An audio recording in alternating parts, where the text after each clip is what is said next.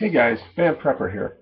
This is going to be the second installment of my video series on looking at the Bill of Rights and taking a closer look at them and seeing where I think a lot of times we misunderstand them. This one might rub a lot of people the wrong way. This is not uh, taking a side in any one of these three cases. What it is demonstrating that none of these things have anything to do with the First Amendment. And we have to it doesn't matter what I think or what I like, it matters what the actual law says. So let's first take a look at what the First Amendment says. It says Congress shall make no law respecting an establishment of religion or prohibiting the free exercise thereof, or abridging the freedom of speech, or of the press, or the right of the people to peaceably assemble and to petition the government for redress of grievances.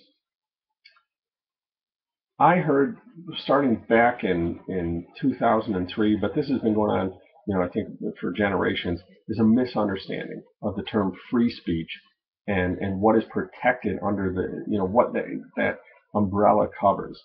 There is no such thing as free speech in the sense that most people say it. Most people say that you can say it as if you can say whatever you want and there can be zero consequences to what you say. That is not free speech. That is not what is guaranteed under the Constitution. The Constitution says Congress shall make no law in regards to these things. It protects you from the government coming and putting you in jail because you have speech that's against the government.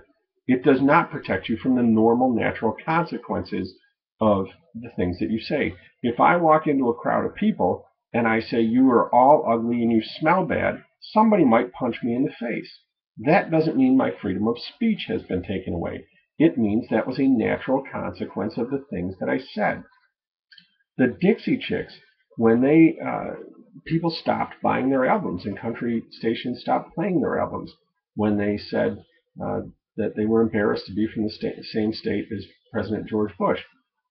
And then they whined that their freedom of speech, their First Amendment rights were, didn't they have freedom of speech? The freedom of speech had nothing to do with it. They were free to say whatever they wanted. But if you're so dumb that you don't understand your core audience, then you suffer the consequences of that speech. I am not constitutionally obligated to buy somebody's CD just because they said something. That's silly. I can pick and choose who I want to buy, and I do. I choose who I want to support in many cases based on the things that they say. If somebody supports a cause I don't support that person then. So, that's just the free exercise of our ability to express ourselves. The Dixie Chicks, nothing to do with free speech. Hank Williams Jr., a few years later, when he said that President Obama, he compared him, I believe, to Hitler.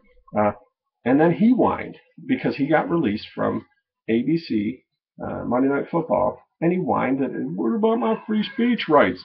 This has nothing to do, again, with free speech. He had the freedom to say that he said.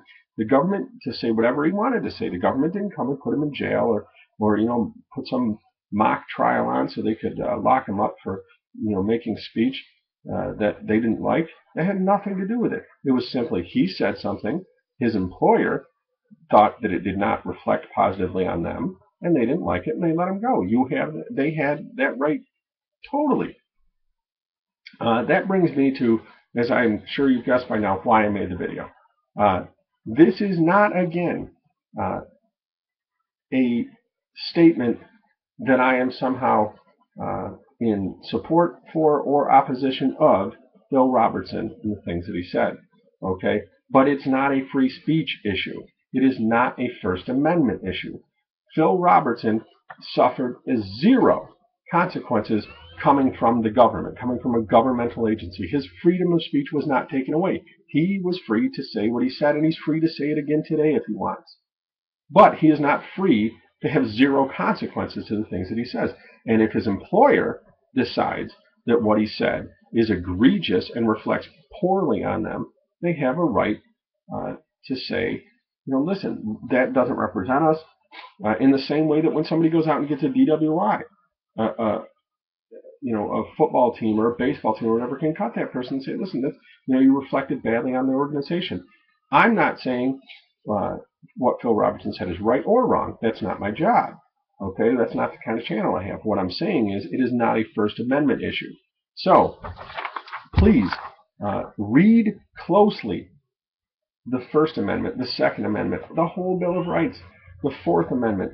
You might get your eyes opened and understand that the things that we've heard or the things that we've always thought aren't necessarily true. Dixie Chicks, Hank Williams Jr., Phil Robertson, nothing to do with the First Amendment. Nothing they said is somehow, and nothing that happened to them is in violation of the First Amendment. I am Van Prepper. You guys have a wonderful day.